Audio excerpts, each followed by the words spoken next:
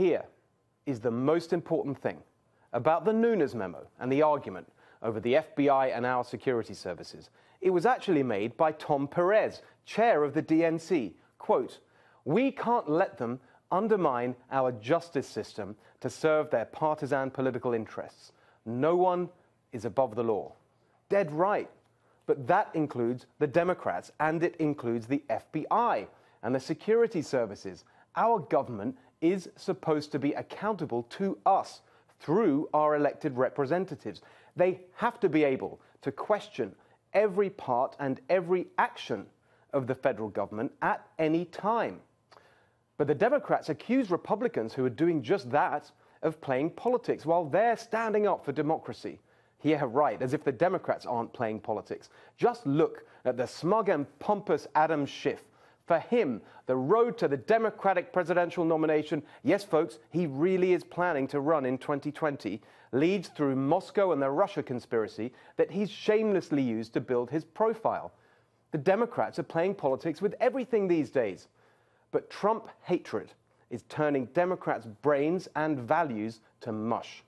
By denouncing any effort to reduce low-wage immigration as white nationalism, they've become the stooges of big business. By building up Russia and turning a blind eye to China, they've become the stooges of the authoritarian dictator Xi Jinping. And now, by opposing accountability for the FBI and the security services, they've become the stooges of the surveillance state. The security bureaucracy is up in arms about the idea that anyone should question the FBI or the Justice Department. Of course, that's what the insiders would say. They want to protect their power. They don't want outsiders interfering in their cozy little world.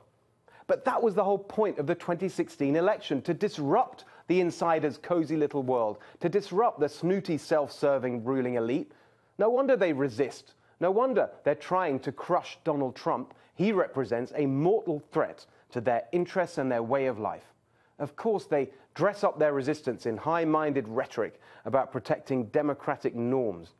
But in reality, it's they, the insiders and the permanent ruling class, who are undermining democratic norms by subverting the very core of our democratic process, the idea that elections should actually change things, that we, the people, should be in charge through the representatives we elect. The ruling class in Washington has a different idea. Not we, the people, but you, the people, ruled by we, the elite. As I know from experience, in the end, there is only one way to curb the power of this arrogant, bureaucratic establishment, and that is to cut it down to size, radically, drastically, irreversibly, to take power and resources away from Washington and put it in the hands of the people, in the states and our local communities. That is the next revolution we need. Please tell me what you think. Follow us on Twitter and have your say at SteveHiltonX and at NextRevFNC.